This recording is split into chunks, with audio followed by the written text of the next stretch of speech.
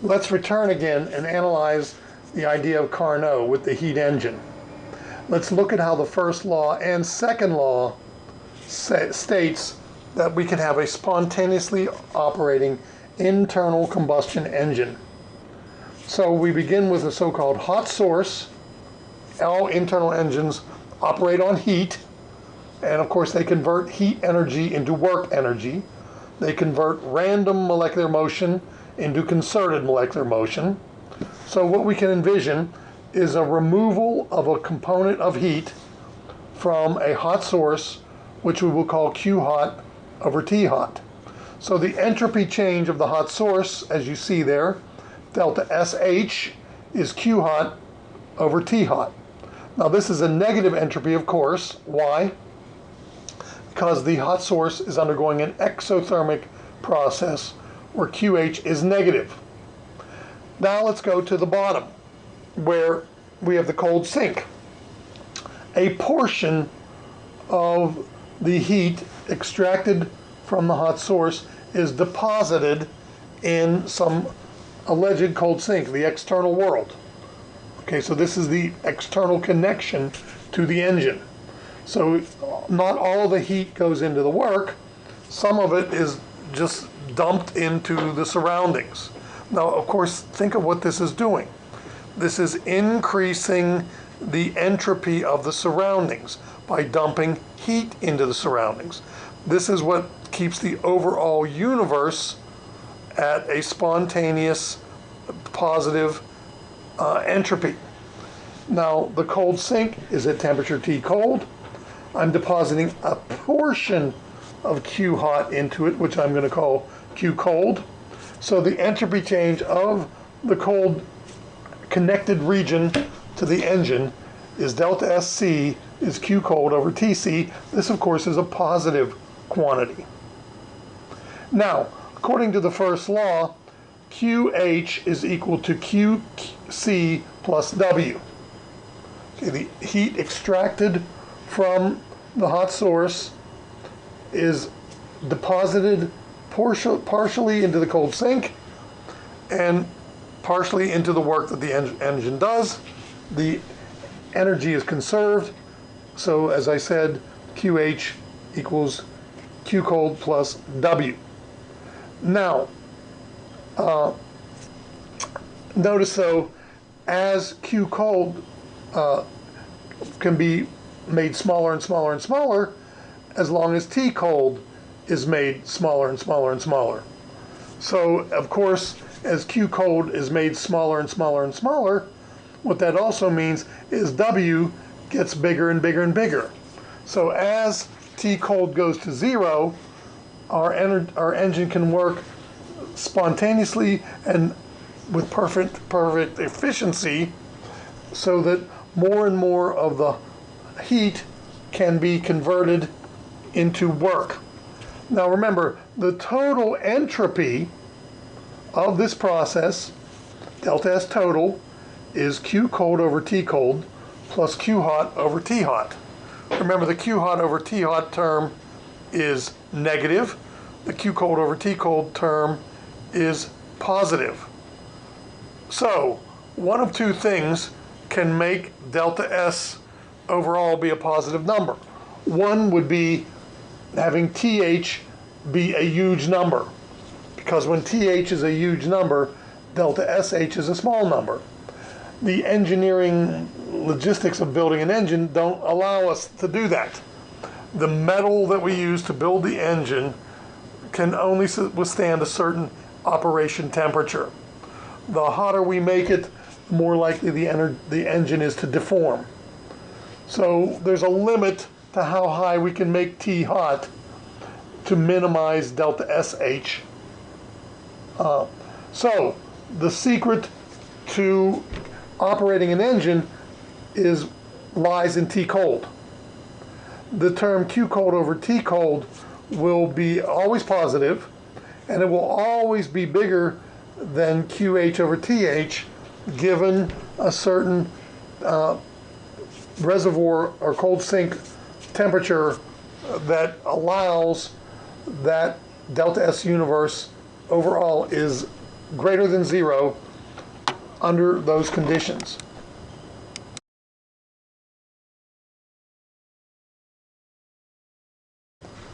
Let's now look at the celebrated Carnot cycle, which is the use of an ideal gas to power a heat engine. And I'm showing the steps of that heat engine takes on this PV graph. It is a 4-step process, and it is denoted on this PV graph by 2 isotherms and 2 adiabats. The red curves are isotherms, the blue ones are adiabats. In step 1, we are at some initial pressure and volume, PA, VA, and as you leave the point of step 1, you head down the isotherm in an isothermal expansion at a constant temperature TH to step 2, where the gas ends up at PB and VB. Then at PB and VB, the gas undergoes an adiabatic expansion along the blue line, as you see there. And as it undergoes this adiabatic expansion, the temperature falls from the hot temperature TH to a colder temperature TC. So remember, during an operating heat engine, you have to have a change of temperature from TH to TC. So I'm undergoing that temperature change, and I'm ending up at pressure PC and volume VC.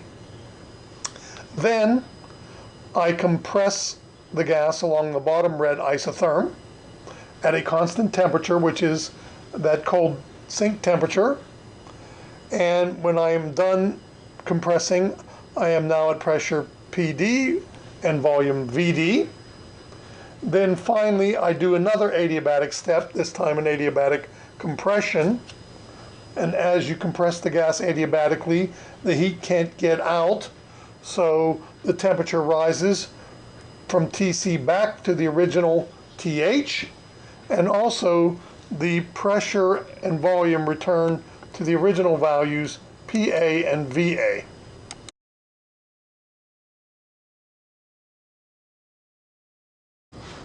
We should be able to calculate mechanical properties such as pressure, volume, and temperature at each step of the cycle, as well as thermodynamic properties such as the internal energy and entropy. Notice on step 1, an isothermal expansion. Since the gas I'm using is ideal to run this cycle, then I will note that dt is 0. So du is 0 because du is c sub v dt. So work is equal to minus the heat exchanged. And because it is a reversible process, isothermal reversible process, I can substitute for P external the internal pressure, which is nRT over V.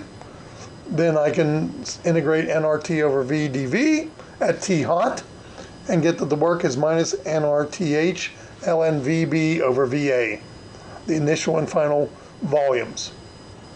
Again, since the internal energy change is 0, the heat exchange is minus the work, as you see there.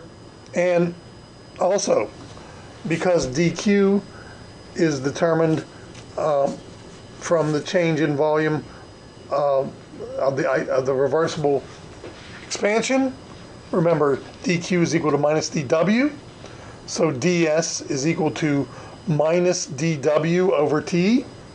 And since dw was nRT ln V B over VA, I then divide that by T hot, and I get the delta S1 is nR ln VB over VA. Turning to step 2, as the gas goes from PB and VB to PC and VC, this is done adiabatically. And along the adiabatic step, then I know that dq is 0 and ds is 0. Delta U is found from du is c sub v dt. And the final temperature, T cold, initial temperature, T hot. I can calculate the change in internal energy to be a negative value. The work done is also negative. It's work done by the gas as it expands. And since dq is 0, dw equals du, so work 2 is equal to delta U2. Now along step 3, which is an isothermal compression, the way to calculate the values is exactly the same as step 1, except we kind of now operate at T cold instead of at T hot, and we operate between VD and VC instead of between VB and VA. So all other quantities have similar formulas, and of course delta U is 0 along that step because it's isothermal. Then we turn to step 4. It's essentially the reverse of step 2, but instead of going from T hot to T cold, I'm now going from T cold to T hot. Notice that I'm returning the system back to the original pressure, volume, and temperature, PA, VA, and TH. And likewise, then, since it is done adiabatically, as was done step 2, dq is 0 and ds are 0 along that path.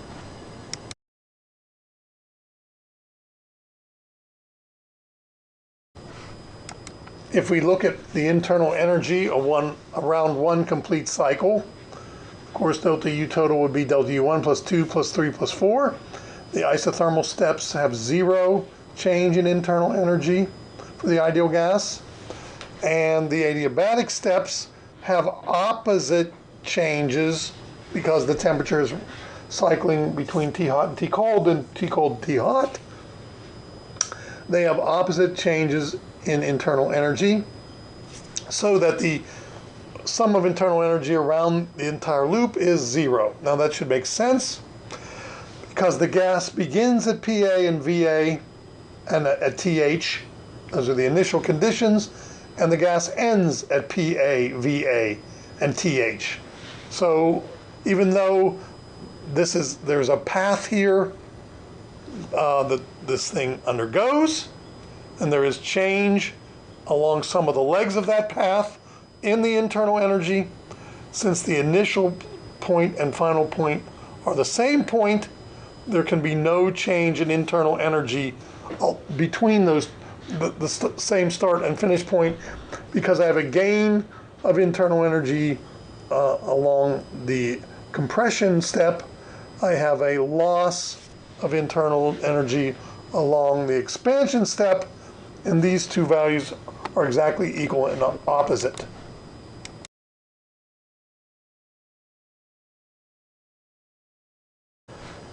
Likewise for the entropy, since entropy is a state function, when I take this 4-step path and return the conditions to the initial conditions for the ideal gas, that should mean that the sum of entropy around those 4 steps is 0.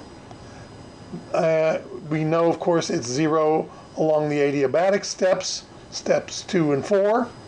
What about along steps 1 and 2?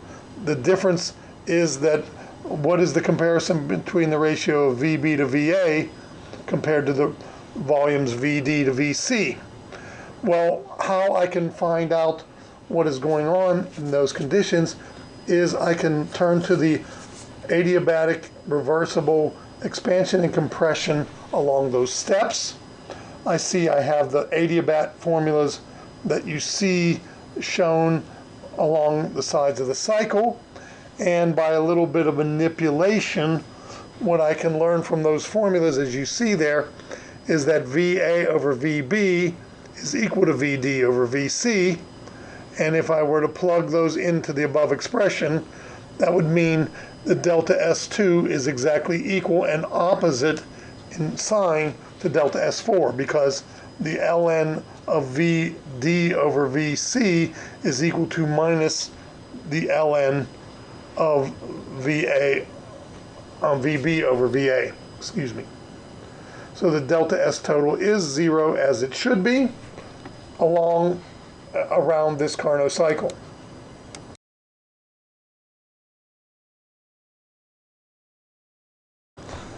Let's define what we now call the efficiency of this heat engine, which is the work performed divided by the heat absorbed by definition.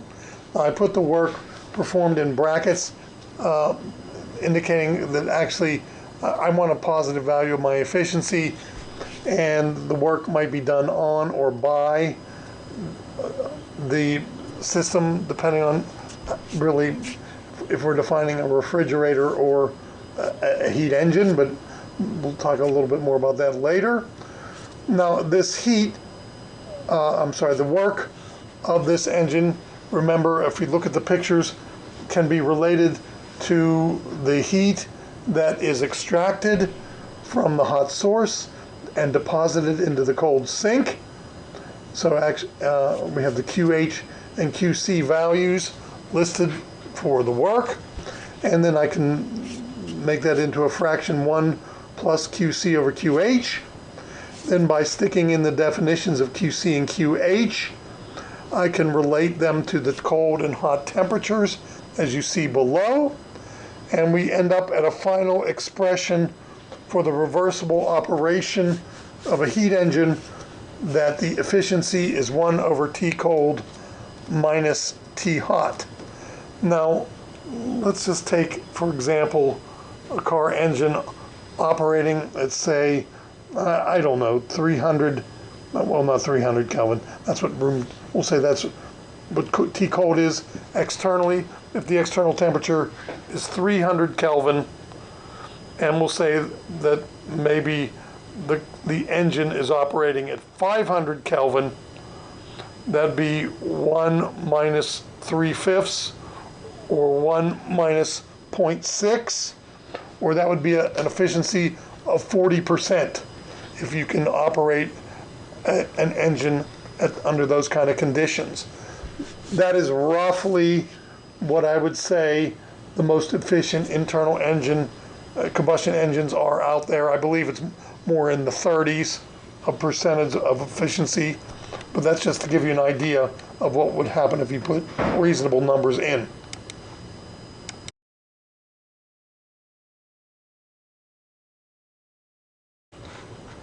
Let's say some things about the operation of a refrigerator. Essentially, it works in the opposite sense of a heat engine. Here, I am going to actually be removing heat from a cold sink, like think about inside the refrigerator. I want to pump the heat out of the refrigerator, keep the stuff cold. In order to do that, which you can see, I have to run this spontaneously. What I have to do is actually do work on the refrigerator. And I do this by compressing a gas, actually, in the compressor of the refrigerator. And by the first law, the QC plus W adds up to, as you can see by the arrows, a larger QH that I'm depositing in the hot source. So what would that mean? Out of the back of your refrigerator, there's heat being pumped out of the back of the refrigerator as the compressor squeezes a gas back to a liquid state. Essentially, here's what it does. It sends coolant into the freezer. The materials in the freezer melt, or not melt, they take the liquid coolant and change it into a gas. And to do that, it steals energy out of the things in the freezer so that it cools the things in the freezer. So the compressor pushes this stuff around the fridge. It expands the liquid in the tubes, the Freon or whatever, changes it to a gas that takes heat energy to do. The heat energy comes from the materials in the freezer, so that cools them down. But now the gas goes back to the compressor and is changed back to a liquid to be pushed back into the freezer again, so that it can steal more heat from the materials in the freezer. So the compressor does work, and in doing so, it allows an amount of heat, which we call Q cold, to be removed from the cold sink, T cold, and the sum of that heat removed is added to the work done by the refrigerator compressor to deposit a larger QH into the external kitchen at TH. Now, okay, why does it have to be like that to operate spontaneously? Remember, delta S total will be delta SH plus delta SC. Delta SC is a negative number because QC is a negative number. Delta SH is a positive number because QH is a positive number. However, because TC in the freezer is lower than TH in the back of out of the back of the fridge, then delta SH is way less than delta SH would be way less than delta SC unless QH is really jacked up compared to QC. So QC plus W add together to make QH, and then that means that delta SH, despite the fact that TH is bigger than TC, delta SH is a bigger positive number than delta SC is a negative number. Now, instead of defining this in terms of efficiency, what is done for the operation of refrigerators is a coefficient of performance. And you can see by manipulation of the values of QC and QH that we can define it so that the coefficient of performance is TC divided by TH minus TC. So if, again, we have it at temperatures of like 300 degrees for the TC roughly, no, actually 298 is TH more or less. And the temperature in the freezer, it's 273, I guess. So these values of the coefficient of performance are numbers that are bigger than 1, as you can see when we subtract those values.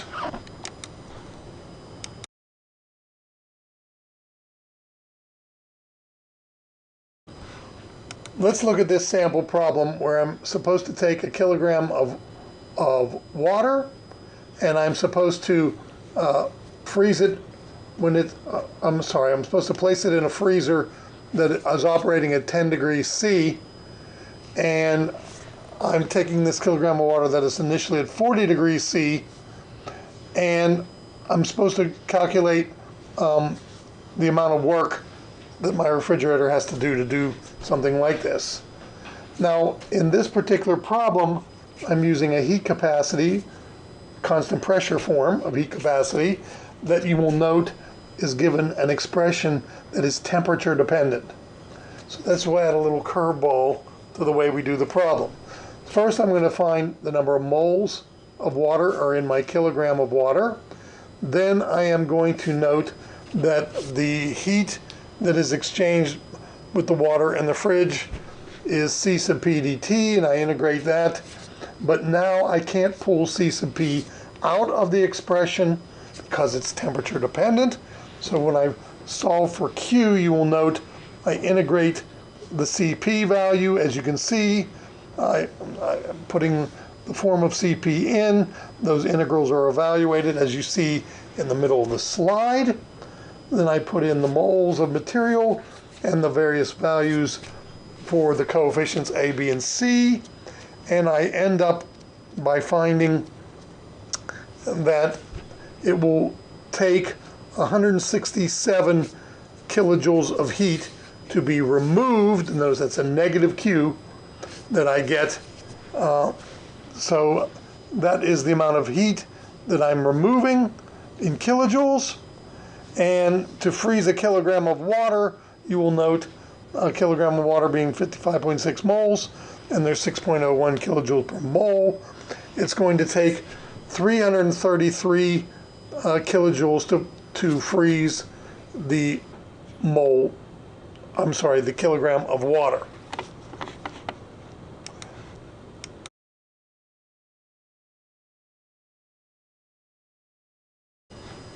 So on the previous slide, we found that we have to remove 167 kilojoules of water to cool the water down from 40 degrees to freezing. Then we have to remove an additional 333 kilojoules of water to change the kilogram of water into ice at 0 degrees C. So the total heat that I have to remove is, as you see there, 500 kilojoules.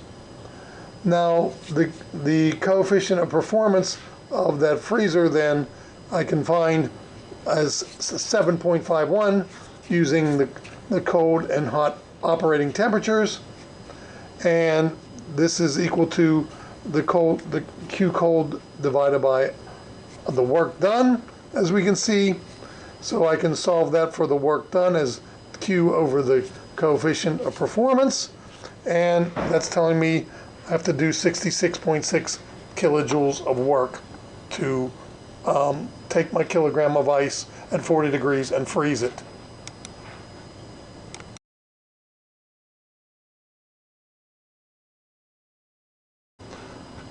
Let's examine the entropy of mixing isothermally two ideal gases.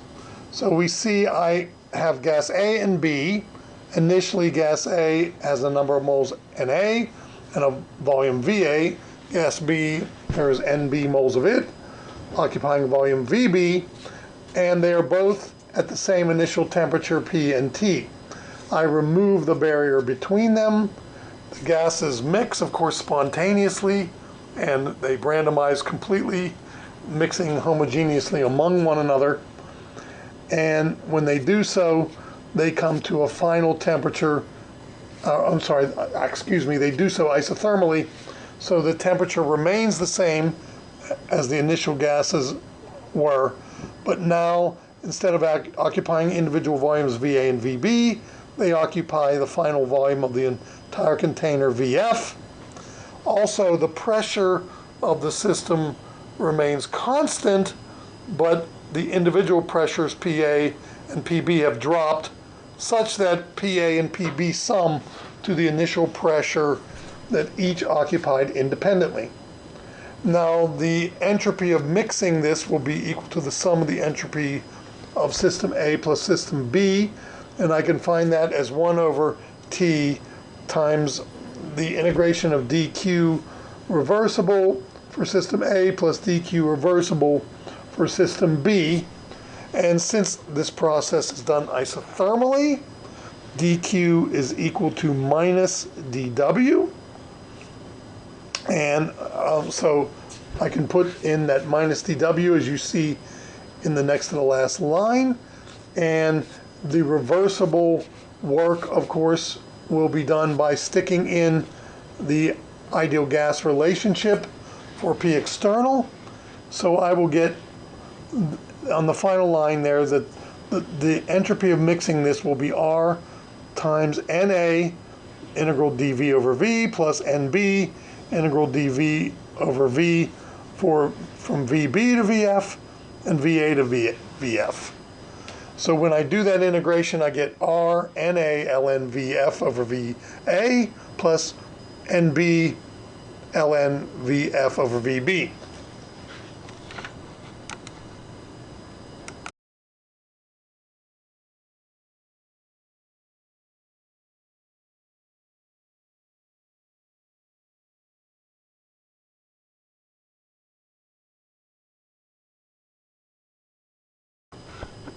I can perform a little trickery with delta S of mixing by noting for the ideal gas that Va is Na RT over P, and that the final volume is that we're still using the same pressure and temperature, but now we're mixing the gases together, so Vf is Na plus Nb RT over P.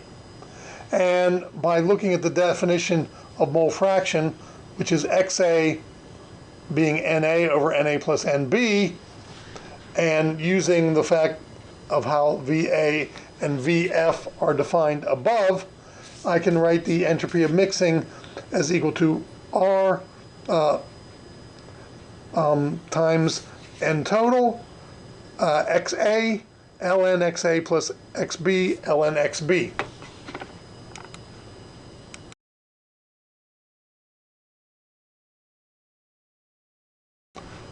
On this slide, we show when we mix these gases A and B, that they really do not prefer to stay isolated on their own where they began. The kinetic motion of the gas molecules and the random motion that they take as they move in all directions equally likely eventually leads them to homogeneously dispersing, mixed completely amongst each other, equally dispersed throughout the entire container.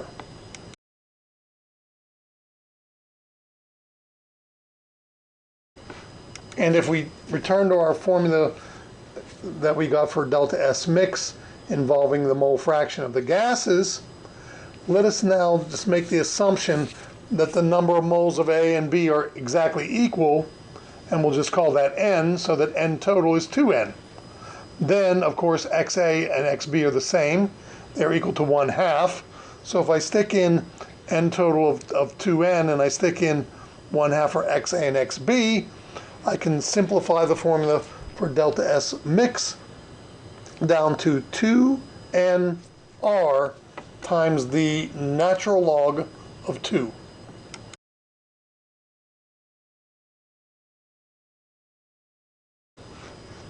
If we look at entropy from the statistical likelihood of the outcome of random distribution of the molecules, we can say that entropy is somehow a function of the probability of how the particles are arranged amongst each other. And since the entropy is extensive, we might find that the total probability of the system is expressed as a sum of individual probabilities, like the probability of each individual particle being in that distribution for the total probability.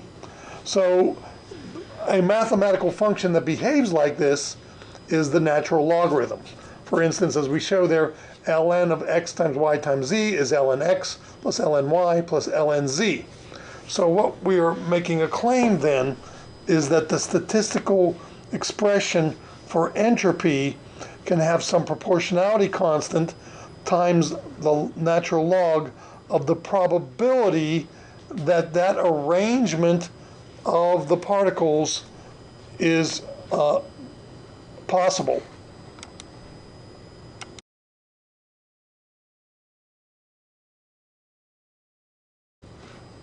What we show on this slide is that doing this probabilistic treatment of entropy, we come to the same conclusion that we got when we calculated delta S of mixing of two ideal gases when the number of moles of them that is placed in the chamber is exactly the same.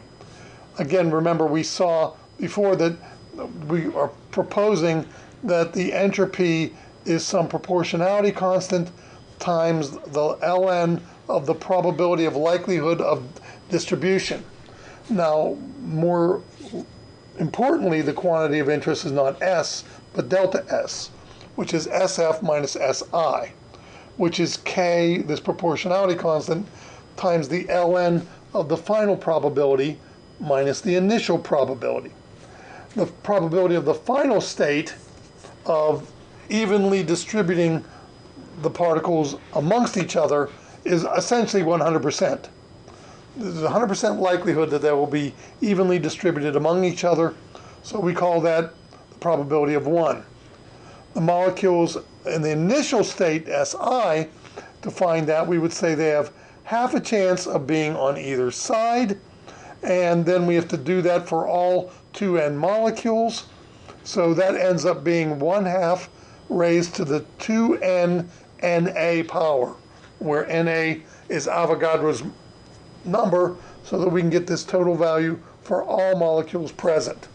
So then, what that means is delta S would be K, this proportionality constant, times the ln of the probability of the final state, or 1, divided by the probability of that initial state, which is 1/2 raised to the power of the number of molecules having that probability. And when I rearrange all that, I get that that is equal to 2n NaK ln 2. Now, if I were to compare that expression to the one on the previous slide, and we'll do that on the next slide.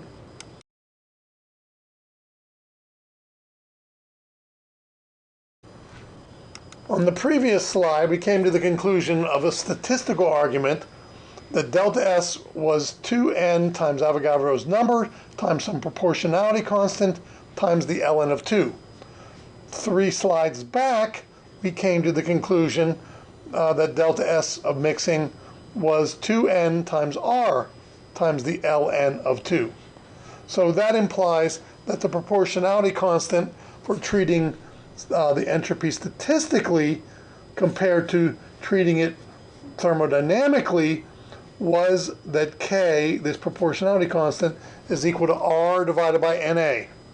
If I take R divided by Na, I get 1.38 times 10 to the minus 23 joule per K. This value is known as Boltzmann's constant.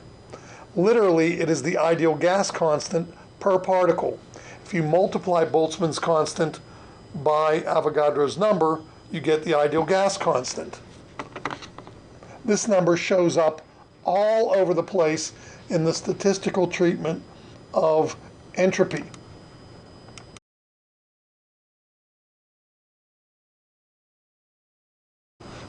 Let's now introduce the concept of the third law of thermodynamics. This connects the concept of absolute zero and the state of matter and the order of matter as you approach absolute zero. Now remember, temperature is a measurement of some type of to do with the motion that matter possesses. So the point is then that if you could get to absolute zero, all internal motion would cease. Before we go on, we should note that you can't really get to absolute zero, because if you could, then we would know the position and energy of the particles simultaneously to exact amount, to an exact significance. And that would violate the uncertainty of Heisenberg. So we can never remove all the residual temperature, because the atoms cannot be sitting perfectly still, where we would simultaneously know where they are as we know how much energy they possess. But we can get within microkelvin of absolute zero, so it's not really that big of a deal for us in practice. But if you get all materials to 0 Kelvin, they would be perfectly crystalline, perfectly ordered, sitting perfectly still, and they would have 0 entropy. So what we will then make a claim, even though we can't really get there to prove this, but we will claim that at absolute zero, all materials have 0 entropy.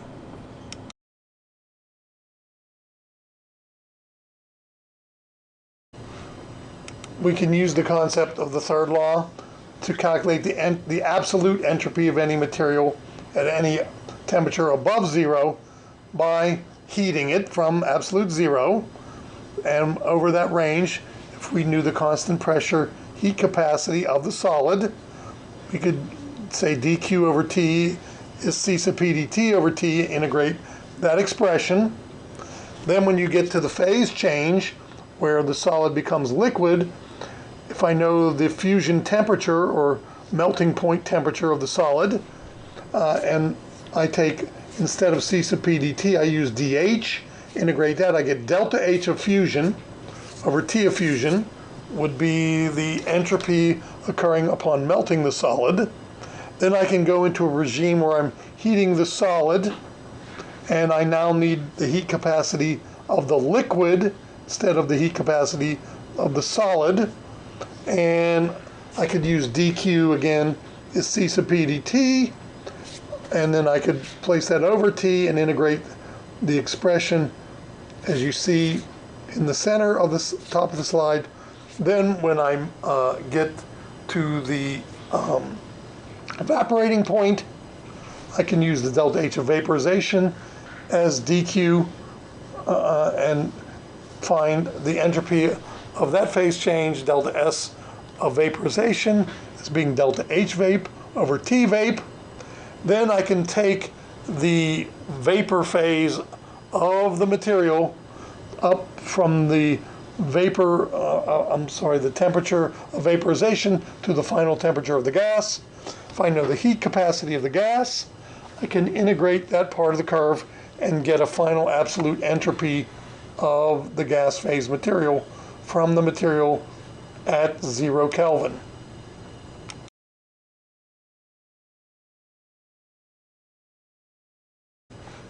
Let's arbitrarily take an ideal gas from some initial state to a final state. Now, in actuality, since entropy is a state function, delta S is independent of path, and it'll simply equal SF minus SI. But let's suppose I design a specific path along which I wish to take the gas to get from SI to SF. Let's first do a constant volume heating of the gas, and after I complete that process, let's do an isothermal expansion. So I'm actually heating and expanding the gas at the same time, but I'm going to do it in 2 steps, the first of which is where I won't let it change volume, I'll just heat it so that the temperature will change, and the second step, I won't let the temperature change, but I'll just let it either expand or contract. So along the isothermal expansion leg of the trip, remember, if it's ideal isothermally, that means that du is 0, dw equals minus dq, and so I can find dq over t by doing minus dw over t, and if it's done reversibly along that path, which I have to do the system's entropy, take the reversible path, which will be nr t ln vf over vi divided by t gives me nr ln vf over vi for the isothermal expansion change in entropy. Now along the constant volume path, again I will take here along that path constant volume, dq is cv dt, and so I take cv dt over t, integrate that, and get cv ln tf over ti. So the ds total, or delta S total, is delta S1 plus delta S2. That's ncv ln tf over ti plus nr ln tf vf over vi. But now I can equate those 2 terms by noting, according to Charles' law, that vf over vi is equal to tf over ti. So I can substitute that into the second term and get that delta S total is ncv ln tf over ti plus nr ln tf over ti. And so I get ncv plus r ln tf over ti. Now if you remember, for an ideal gas, cv plus r is equal to cp.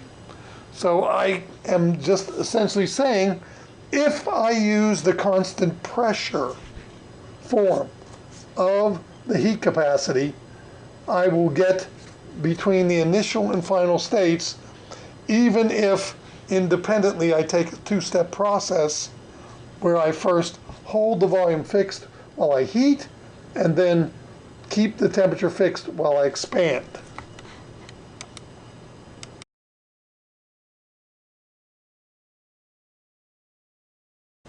What if instead of saying there was a constant pressure path between the two, what if I can't pull the expansion with heating off along that? Well, I still have the fact that delta S total is delta S1 plus delta S2, as we see in the expression that we had from the previous slide. Now, in a case of this type, instead of using V1 over T1 equals VF over TF, I have to use PI VI over TI equals PF VF over TF. So for VF over VI, I can substitute, as you see there, PI TF over PF TI. This would add a third term to delta S total when I stick in to the top equation for VF over VI, the term on the right, PITF over PFTI. So now delta S total will be a sum of three terms that you see here. It's a sum of two terms for how the temperature changes and the pressure changes instead of how the volume changes.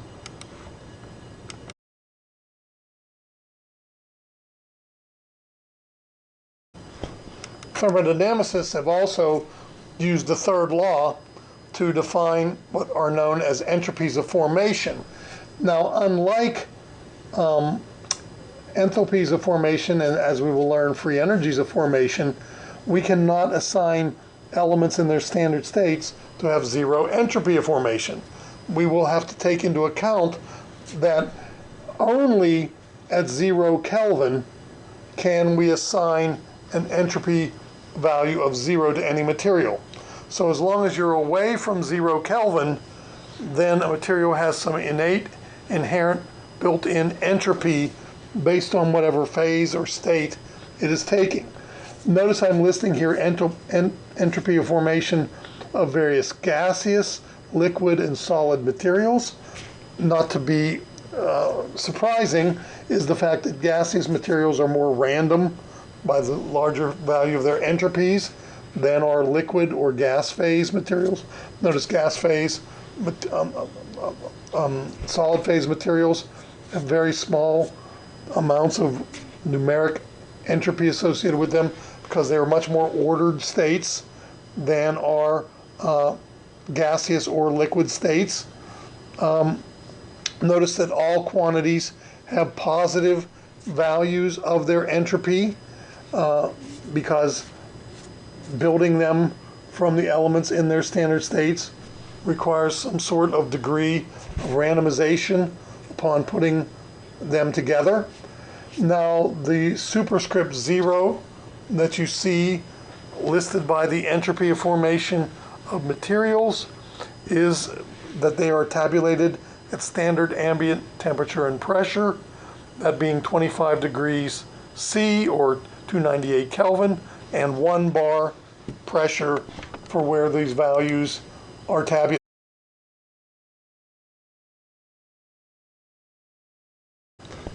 Scientists have also determined entropies of formation for a wide variety of materials. You can find these values in a host of different resources like CRC or SciFinder or NIST tables online. These are entropies of formation are what you would get to form 1 mole of these materials from the elements in their standard states. As you see on the left, those are the elements in their standard states forming the molecules on the right. Of course, as you can imagine, the phase of the material leads to it having the amount of entropy it takes to build it. Solid materials have lower entropies of formation than gases, which are greater than liquids as well. And of course, the more complex material you're building, the greater the entropy of formation associated with it.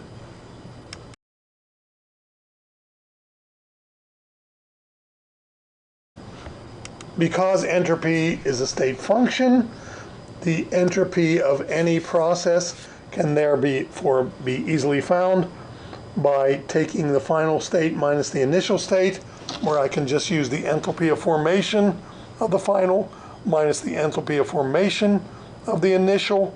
Now, of course, since these are mostly tabulated at 298 Kelvin, you're only going to be able to determine the entropy of a reaction at 298 Kelvin. But for instance, for H2O liquid becoming H2O gas, evaporating water, I just look up SF final, the entropy of the gas phase water minus SF initial, the entropy of the liquid phase water, and I would find that the entropy of that reaction is 118.92 joule per K. I also show the combustion of ethene, where I find the enthalpy of the products, and notice when this reaction, which has stoichiometry involved, the entropy values on the previous slide are intensives. They're the amount of entropy per mole. So if I wish to form 4 moles of product CO2 and 6 moles of product H2O gas, I take 4 times the entropy of formation of CO2 gas, add that to 6 times the entropy of formation of H2O gas, and then I take those values. That should not be a, sorry, there's a minus sign in that formula there. Oh no, it isn't, sorry. I can't see too well. Okay, then I subtract that from 2 times the entropy of formation of ethane. Did I say ethene? Sorry, I meant ethane. And 7 times the entropy of formation of oxygen to get the total entropy of that particular reaction.